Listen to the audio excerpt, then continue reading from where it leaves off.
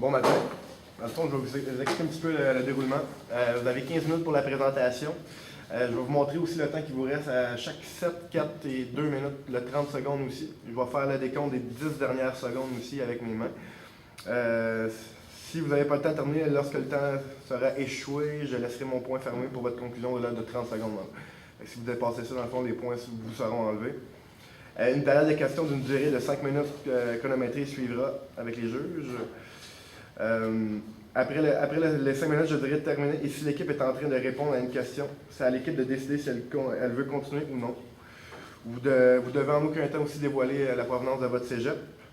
Je vais demander aussi le silence à tous les observateurs dans la classe. Et par la suite, les juges vont se présenter. Avant de commencer, est-ce qu'ils peuvent clairement dire leur nom parce que nous, on n'a pas les noms? Ben oui, allez-y. On a le temps de noter les noms. Christophe Carrier, avec un cas au début. Nicolas Baker.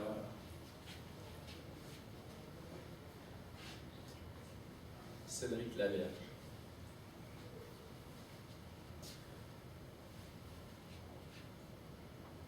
Ton nom de famille, Christophe Carrier.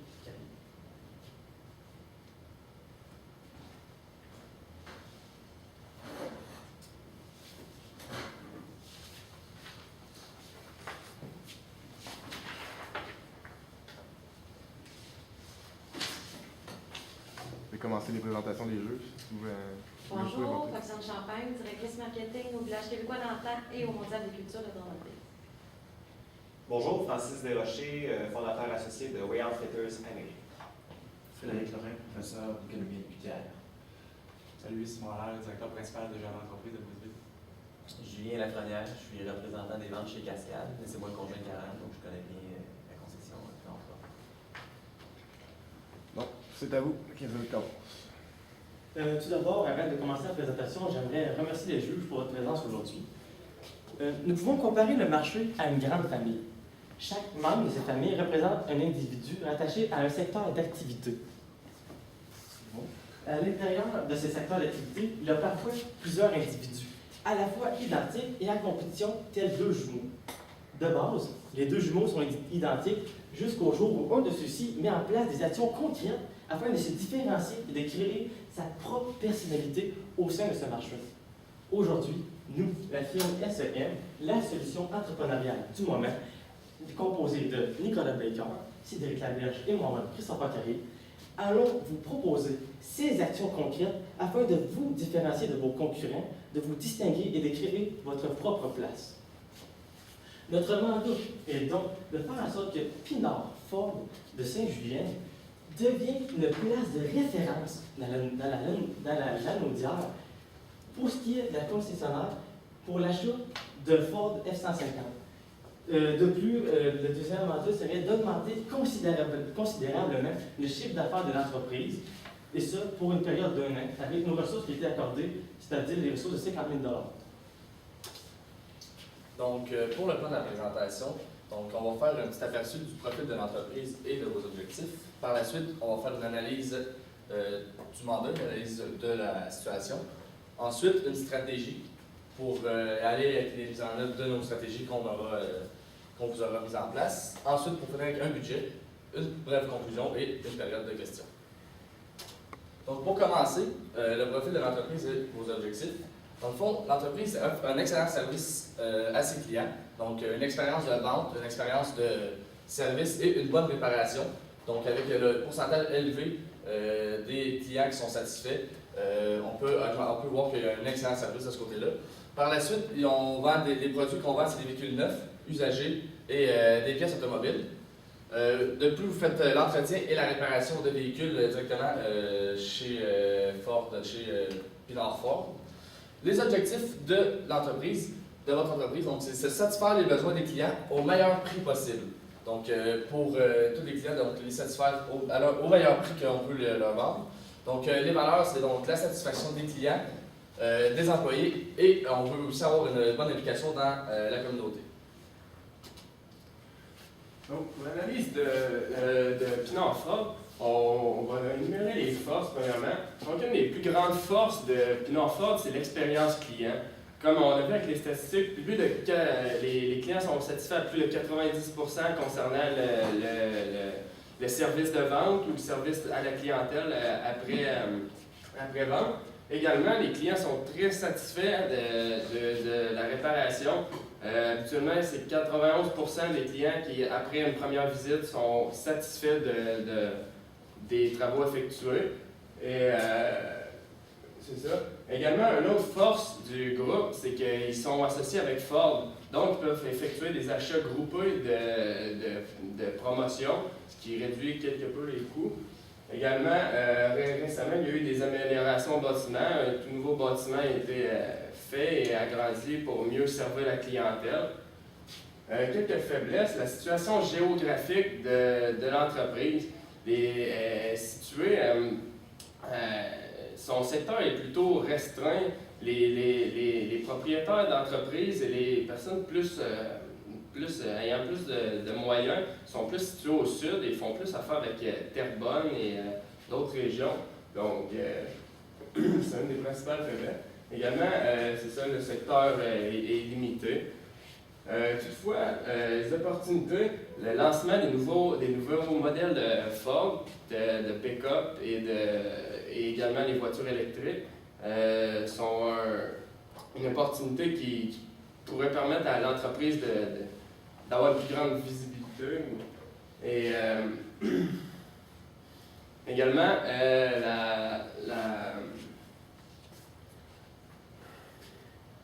la vente, on peut dire, le principal problème de l'entreprise, c'est qu'il y a des clients qui viennent faire des réparations, qui font affaire avec d'autres concessions pour acheter leur véhicule. C'est une des opportunités qu'on a cernées, c'est que possiblement on pourrait s'approprier ces clients-là pour qu'ils viennent faire affaire avec nous pour acheter leur véhicule au lieu de faire affaire aux autres concessionnaires.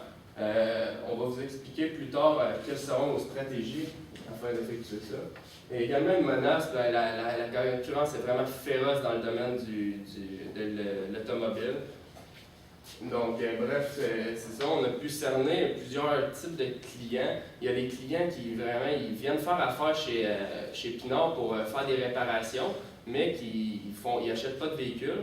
Il existe aussi les clients qui achètent des véhicules et font faire leurs réparations toutes chez Pinard. Et il y a les clients qui ne font pas affaire avec Pinard.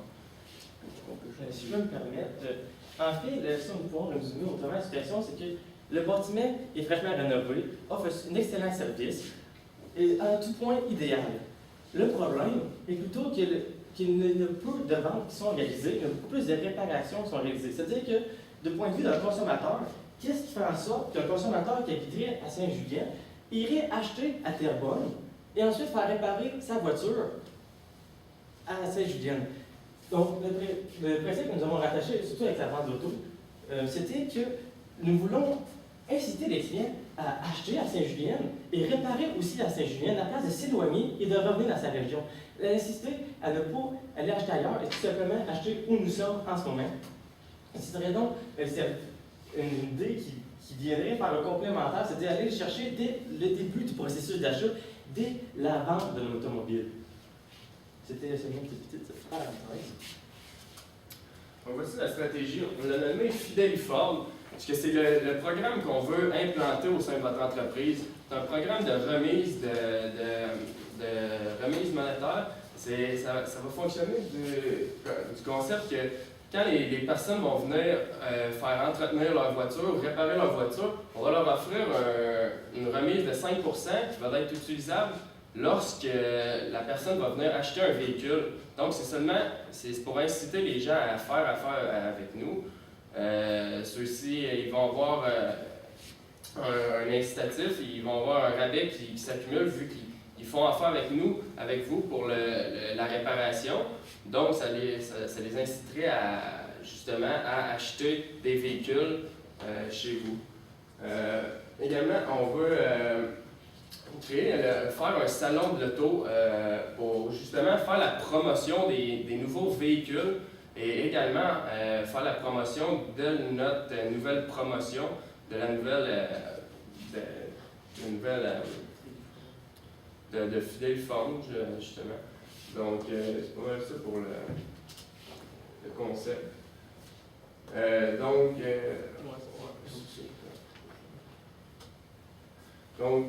Concrètement, pour mettre en œuvre le salon de l'auto se déroulerait le 9 juillet 2016, un samedi. Donc ça, comment ça se déroulerait? On envoierait des invitations à tous les clients actuels qui font affaire tant pour de l'achat de véhicules que l'entretien, la réparation. Tout le monde serait invité à un salon pour présenter les nouveaux véhicules et également faire la promotion de Fideliford. La journée se déroulerait de 8h à environ 6-7h et tout le monde, les gens seraient libres de venir visiter et ça engagerait un peu les personnes dans le milieu pour venir voir de quoi a l'air le nouveau bâtiment également. Et ça nous permettrait de vraiment passer le message. L'objectif serait vraiment de créer un sentiment d'appartenance aux gens de la région, afin qu'ils restent justement chez vous, excusez-moi, et qu'ils continuent d'acheter à cette place-là. Le salon d'auto consisterait réellement à créer un lien entre le concessionnaire et les clients, afin de les rattacher et en même temps faire une sorte de promotion qui nous permettrait de nous différencier et de leur constater l'opportunité qui serait offerte. Donc, pour ce qui est du budget qu'on a préparé, donc pour ce qui est du salon de l'auto que Nicolas vient juste d'expliquer, on a mis 15 000 Pourquoi 15 000 pour les lettres envoyées aux entreprises, les cocktails, les breuvages qui seront, les breuvages, les cocktails, la nourriture qui sera, les bouchées, dans le fond, de nourriture qui seront servis lors de cette journée-là, l'entretien de la salle, l'entretien du salon, pour payer aussi nos employés qui seront présents sur le plancher pour pouvoir donner aux clients et aux entreprises qui seront présentes toutes les informations nécessaires sur les véhicules. De plus, pour continuer, on a mis 5 000 dans la promotion. La promotion, dans le fond, pour la promotion dans les journaux, la promotion du salon, la promotion aussi du Fideliford, excusez-moi, pour la promotion de Fideliford dans les journaux, Internet, etc., pour que les clients puissent voir plus en profondeur c'est quoi le projet. Et on a mis un petit 5 000 dans les imprévus, puisque dans tout projet, il peut y avoir des imprévus, et on a mis un 5 000 là, pour un grand total de 25 000. Donc, il nous reste 25 000 qu'on peut placer ailleurs, vu qu'on a, avec notre Fideliford, ça ne nous coûte pas d'argent de le mettre en œuvre, vu que c'est 5% qu'on donne aux clients, et ils bénéficient de ça lorsqu'ils achètent un nouveau ou un véhicule usagé. Retour sur l'investissement, dans le fond, ce qu'on voudrait avoir pour entre juillet 2016 et juin 2017, ce serait 40 nouveaux clients. 40 nouveaux clients, nous on s'est dit que à peu près un véhicule pourrait coûter 50 000 donc qui donnerait 2 millions de plus de chiffre d'affaires pour la première année. Pour conclure, en bref, la stratégie consiste réellement à aller rejoindre les clients dès le départ dans son processus d'achat avec un rabais sur la fidélité. Il nous permettrait de le garder au sein de l'entreprise. Un rabais de fidélité, ce qu'il faut comprendre aussi, c'est qu'il n'entraîne pas de coût à l'entreprise. L'entreprise ne doit pas débourser. C'est un rabais que le client va obtenir lors de l'achat d'un nouveau véhicule seulement, et ça pour la location. Donc, ça, c'est le rabais juste de réparation ou autre, lors de l'achat de véhicule ou d'une location, peu importe, mais le rabais serait seulement offert lors de l'achat de véhicule. Il n'entraîne donc pas de dépenses à l'entreprise, seulement une perte de profit lors de la vente du véhicule. Donc l'entreprise n'a pas besoin, vous n'avez pas besoin d'investir d'argent à l'intérieur de ce concept. Ce qui résumerait avec notre salon de l'auto, notre stratégie. Est-ce qu'il y a des questions? Oui. Merci pour la présentation. Là, c'est ça, je vois que votre stratégie, c'est pas mal, dans le fond, un wash and deal. Je veux dire, vous faites le salon de l'auto au début de l'année, puis il n'y a pas d'autre chose à la suite de ça qui va être fait après le 9 juillet. Pourquoi? Y a-t-il une raison pour ça? Y a-t-il Quelles sont vos intentions face à ça? Pourquoi juste un événement dans l'année? Car après, nous comptons avec la publicité. En vrai, après l'événement sert vraiment à implanter la stratégie et de la faire promouvoir. Ensuite, le bouche à oreille et les clients qui sont déjà actuellement avec l'entreprise vont déjà constater le rabais qu'ils vont faire avec leur réparation actuelle. C'est-à-dire qu'un client qui réparait, par exemple, un muffler, aurait déjà, à la fois, le vendeur lui dirait vous avez X pourcentage de rabais, et lui va ensuite le partager à d'autres personnes et en parler à d'autres individus. Puis la publicité, vous parliez de publicité dans les journaux, il y a un peu aussi une restriction au niveau du territoire. Avez-vous, pour aller chercher des nouveaux clients, comment vous voyez ça? Mais ça serait vraiment garder notre territoire. Je crois que pour ce qui était des territoires, c'était plus loin de Terrebonne et tout. Après nous, c'était vraiment plus Pour local. rester local. C'est-à-dire la ville et sa région, mais pas deux villes plus loin, par exemple. On va vraiment viser la promotion pour vraiment le secteur qui nous est attribué. OK. Puis c'est ça, mais vraiment, on veut toucher les autres clients des autres zones parce qu'ils font affaire avec nous pour la réparation de leur véhicule. Donc, c'est pour ça qu'on va aller chercher le monde des autres régions qui ne sont pas dans notre région. Mais vu qu'on ne peut pas faire de promotion à l'extérieur, on va aller les chercher avec un programme qui les inciterait à venir vraiment dans Par d'autres régions, c'est pas excessivement éloigné, c'est quand même dans les alentours. Moi, j'ai une question. Oui. Vos objectifs, c'était clair, là, c'était devenir la référence pour le Ford F-150 puis augmenter les ventes, c'est bien ça? C'est quoi le lien dans vos deux stratégies, là, qu'il y a le salon d'auto puis Fidelifort? C'est quoi le lien que vous faites avec le F-150 là-dedans? À vrai dire, ça aurait été le modèle de véhicule que nous aurons principalement exposé et privilégié, surtout pour le salon de l'auto, pour le nouveau lancement qui avait couru. OK, parfait. Deuxième question. La stratégie Fidelifort, c'est fidéliser les gens à Pinard-Fort, c'est bien ça? Exactement. Est-ce que vous trouvez que le nom Fidelifort, c'est un peu. C'est pas associé à Pinard-Fort? Ça a plus l'air d'une promotion corporative? Est-ce qu'il y a un lien au niveau de la notoriété de la compagnie là-dedans?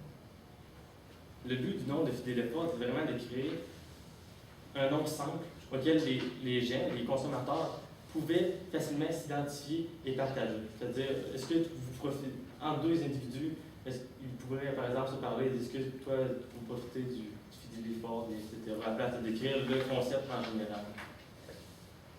Vous avez attribué un budget de 50 000 vous décidez d'en utiliser seulement 25 000 Ça serait quoi vos recommandations avec le 25 000 restant? Nous n'avons pas de recommandation pour les 25 000 restants. Nous avons seulement planifié 25 000 avec 50 000. Nous avons calculé les prévus, donc nous laissons ça ainsi. Merci. Dernière question, votre salon d'auto, vous le feriez où stratégiquement? Ça serait à l'intérieur, à l'extérieur? Ça se déroulerait à l'intérieur et à l'extérieur, puisque dans le fond, c'est l'été, donc on peut profiter de l'extérieur. Puis également, c'est ça, ça nous permettrait de montrer le bâtiment et de toutes les installations. Que vous faites sur place? Ça serait sur place, c'est ça. Vraiment sur place, pour que le monde se sente vraiment comme en l'endroit, qu'il voit c'est où, puis qu'il ait le goût d'y revenir pour aller essayer leur véhicule ou faire l'entretien et la réparation de leur véhicule. Il reste un ici. Oui, il reste encore du temps. OK. Ouais, allez-y. Puis, programme de fidélité, quel est le critère de choix quand on décide de faire affaire avec un concessionnaire? Pensez-vous que le programme de fidélité, ça va être vraiment ça qui va faire en sorte qu'on va fidéliser les clients? Parce qu'on n'achète pas ça tous les jours, des voitures. Je crois que le coût doit être un des critères les plus importants lors d'achat d'un véhicule. Puis en offrant un rabais, que ce soit, même si le montant est de quelques centaines de dollars, dans l'esprit des gens, ils se sentent vraiment impliqués dans Pinard-Fort parce qu'ils reçoivent des remises et quand même le montant n'est pas substantiel.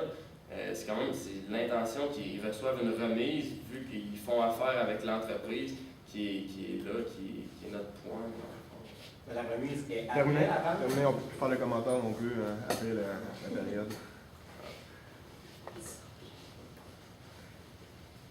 Félicitations à vous autres.